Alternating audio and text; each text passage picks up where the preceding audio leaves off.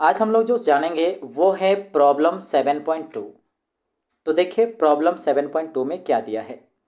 Justify that the reaction 2Na plus H2 से बनता है 2NaH। मतलब यहाँ जो रिएक्शन है देखिए, ये जो दिया गया रिएक्शन जो है 2Na प्लस H2 से बना है 2NaH is a redox change. यानी हमें यहाँ पर ये जांचना है कि क्या ये दिया गया जो रिएक्शन है वो रेडॉक्स रिएक्शन है या नहीं है, रेडॉक्स चेंज हो रहा है कि नहीं। तो देखिए, since the above reaction the compound form is an ionic compound. चूँकि ऊपर में जो रिएक्शन हुआ है और इसमें जो कंपाउंड बना है वो एक आयनिक कंपाउंड है। क्योंकि यह देख सकते हैं मेटल और नॉन मेटल के बीच से रिएक्शन बना है। तो हम लोग जानते हैं कि मेटल और नॉन मेटल बीच से जो रिएक्शन बनता है वो आयनिक कंपाउंड होता है। तो यह जो है वो आयनिक कंपाउंड है विच में ऑल्सो भी रिप्रेजेंट एज, इसको हम लोग आयन के रूप में ऐसे लिखेंगे Na प्लस और H में माइनस। दिस सजेस्ट दैट, तो यहाँ पर बता रहा है कि जब यहाँ आयन हुआ है तो इसमें हाफ रिएक्शन ऑक्सीडेशन वाला देखने को मिलेगा और हाफ रिएक्शन रिडक्शन को देखने को मिलेगा तब। तो this suggest that one half reaction in this process is, तो एक हाफ रिएक्शन को यहाँ पर देख रहे हैं 2Na जो यहाँ पर था, इससे हुआ क्या, देखिए 2 इलेक्ट्रॉन यहाँ से निकला सोडियम से और ये देखिए आयन के रूप में कन्वर्ट हो गया है। अब वो गैस के रूप में भी चेंज हो गया है। ये पहला हाफ रिएक्शन है। अब नेक्स्ट हाफ रिएक्शन के प्रोसेस को जानेंगे। And the other half reaction is, क्या होगा, H2 जो था उसमें 2 इलेक्ट्रॉन्स को गेन किया और यहाँ पर देखिए हाइड्रोजन गैस जो आयन के रूप में चेंज हो चुका है। तो this splitting of the reaction, तो जब हमने इस रिएक्शन को तोड़ा, बांट दिया under examination into 2 half reaction, और उसको 2 हाफ रिएक्शन में जांच के लिए जब हमने बांट दिए तो ऑटोमेटिकली रिवील्स दैट, तो यहाँ पर स्वतः ये खुलासा हो जाता है कि here sodium is oxidise, sodium यहाँ पर ऑक्सीडाइज हो रहा है क्योंकि वहाँ से इलेक्ट्रॉन निकल रहा है। एंड हाइड्रोजन इज रिड्यूस, और हाइड्रोजन का रिड्यूस हो रहा है क्योंकि यहाँ पर इलेक्ट्रॉन ले रहा है। तो एक तरफ से ऑक्सीडाइज एक तरफ से रिड्यूस, तो दोनों को मिला दिया जाए तो therefore the complete reaction is a redox change. अब हम लोग क्वेश्चन नंबर 7.3 में आते हैं प्रॉब्लम का। तो देखिए, यूजिंग स्टोक नोटेशन, यहाँ पर आपको स्टोक नोटेशन का प्रयोग करना है और रिप्रेजेंट करना है द फॉलोइंग कंपाउंड्स। यहाँ पर जो कंपाउंड है उसको आपको स्टोक नोटेशन आपको लगाना है। तो पहला कंपाउंड क्या है, देखिए HAuCl4, यानी कि क्लोरोओरिक एसिड है। ये क्लोरोओरिक एसिड में जहाँ पर आपका स्टोक नोटेशन हो सकता है आपको यूज़ करना है। दूसरा कंपाउंड है देखिए Tl2O, यानी कि थैलियम ऑक्साइड। उसके बाद देखिए आयरन ऑक्साइड। उसके बाद यहाँ पर दिया है फेरिक ऑक्साइड। यहाँ पर देखिए copper iodide, copper oxide, manganese oxide और मैग्नीज डाइऑक्साइड। तो यहाँ जितने भी कंपाउंड्स हैं इनमें आपको स्टोक नोटेशन यूज़ करना है। तो आइए बनाते हैं। By applying various rules of calculating the oxidation number, oxidation number निकालने का जो विभिन्न रूल्स था हमने जो सीखे थे उन सारे रूल्स का प्रयोग करते हुए of the desire element in A compound, और हम लोग क्या करेंगे, किसी कंपाउंड का जो हमें एलिमेंट्स हैं उसको हम लोग निकालेंगे। The oxidation number of each metallic element in its compound is as follows. तो यहाँ जितने भी कंपाउंड हैं उन सभी कंपाउंड का जो मेटेलिक एलिमेंट है हम लोग उसका ऑक्सीडेशन नंबर निकालेंगे।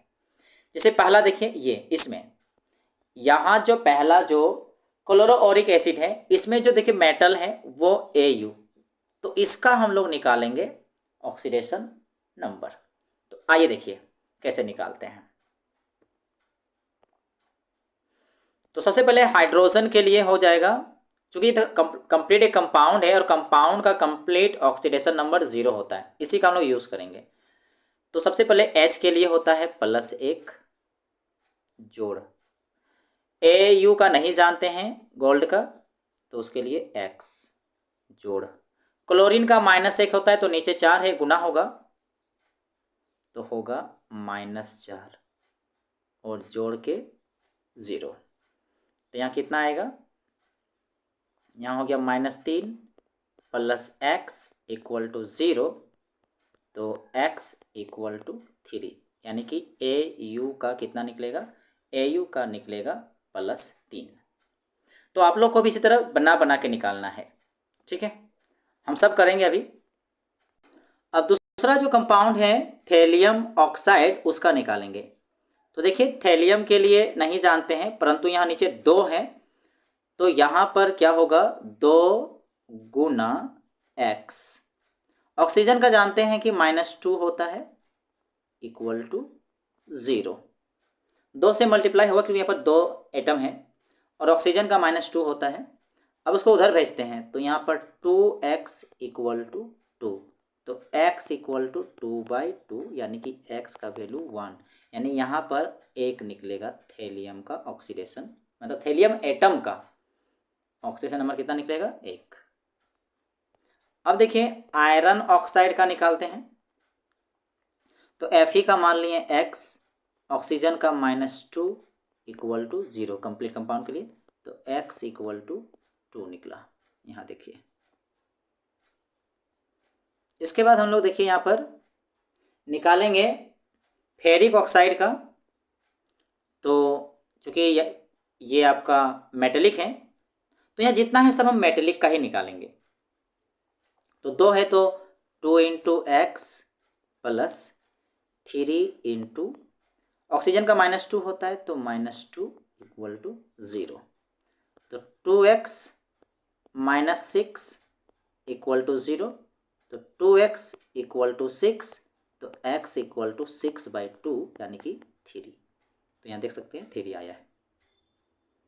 अब कॉपर आयोडाइड का निकालेंगे,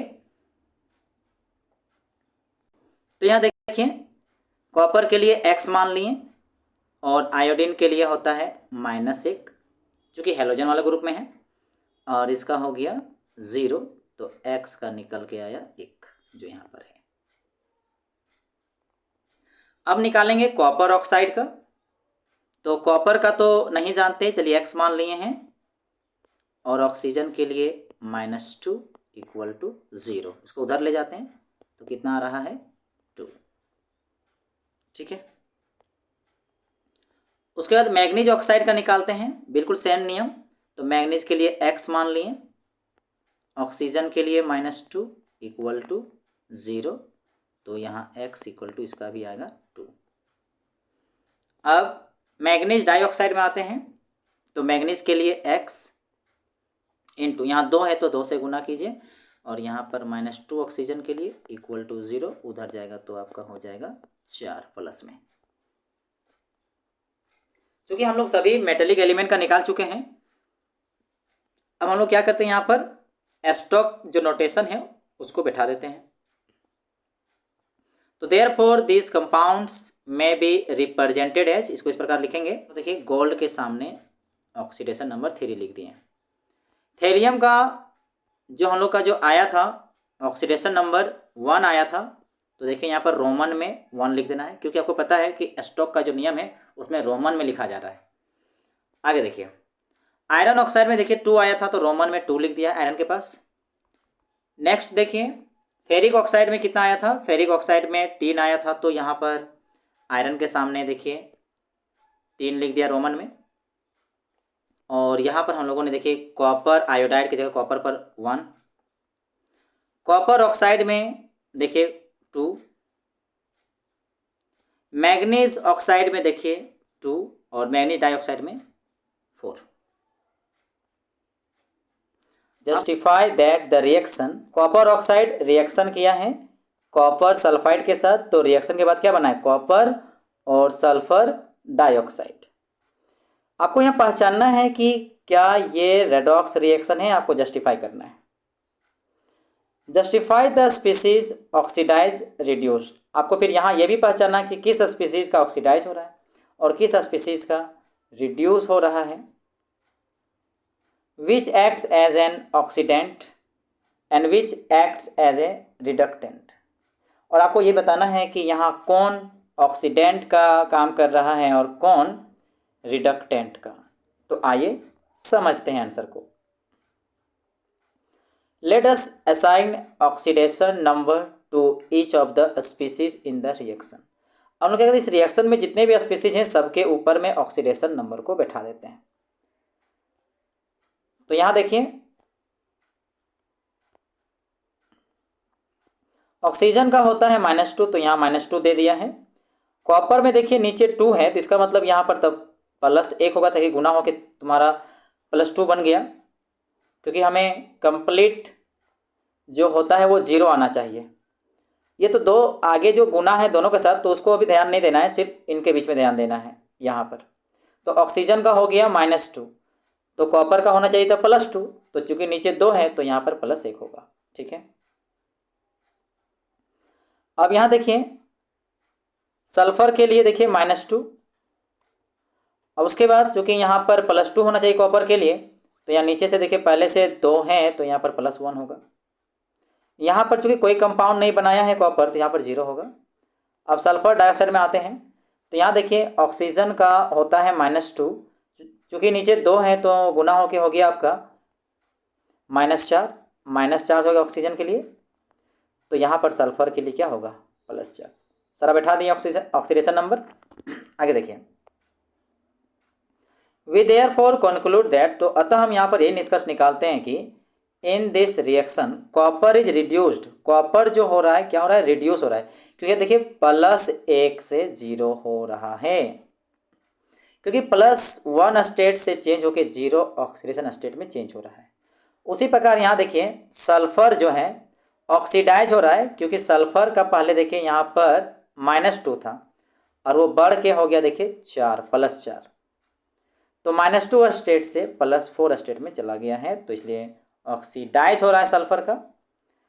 तो एक तरफ क्या देख रहे हैं कि ऑक्सीडेशन देख रहे हैं, एक तरफ रिडक्शन देख रहे हैं, तो यहाँ पर ये एबव रिएक्शन जो है वो रेडॉक्स रिएक्शन है।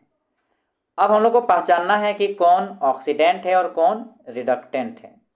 तो यहाँ देखिए फर्दर कॉपर ऑक्साइड जो है हेल्प किया है सल्फर को कॉपर सल्फाइड में उसका ऑक्सीडेशन नंबर को बढ़ाने में, तो जो हेल्प करता है वही होता है ऑक्सीडेंट।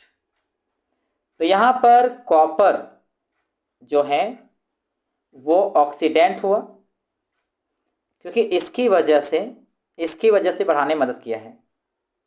तो हम लोग जानते हैं कि जहाँ पर रिड्यूस होता है तो रिड्यूस को ही कहते हैं ऑक्सीडेंट। तो यहाँ पर चूँकि कॉपर में चूँकि रिडक्शन हो रहा है तो रिड्यूस हो रहा है कॉपर, तो वही चीज़ क्या कहलाएगा, वही चीज़ कहलाएगा ऑक्सीडेंट, या दूसरे शब्दों में कहेंगे जो हेल्प कर रहा है ऑक्सीडेशन में, तो वो कहलाता है ऑक्सीडेंट। तो इस क्वेश्चन में कॉपर जो है वो ऑक्सीडेंट है। एंड सल्फर जो कॉपर सल्फाइड में हेल्प कर रहा है कॉपर को both in copper sulphide itself and copper oxide to decrease its oxidation number. तो कॉपर सल्फाइड हेल्प कर रहा है oxidation number, copper sulphide and copper oxide में डिक्रीज कर रहा है ऑक्सीडेशन नंबर को, इसलिए जो कॉपर सल्फाइड जो है वो रिडक्टेंट है। मतलब यहाँ देखिए कि इस कॉपर सल्फाइड के कारण हुआ क्या, कॉपर सल्फाइड के कारण देखिए यहाँ पर इस कॉपर का भी देखिए या फिर यहाँ पर देखिए, दोनों जगह से देखिए कॉपर का ऑक्सीडेशन स्टेट घट रहा है। तो चूँकि कॉपर सल्फाइड की वजह से ऑक्सीडेशन स्टेट घट रहा है, इसलिए यही कॉपर सल्फाइड ही यहाँ पर क्या है, रिडक्टेंट है।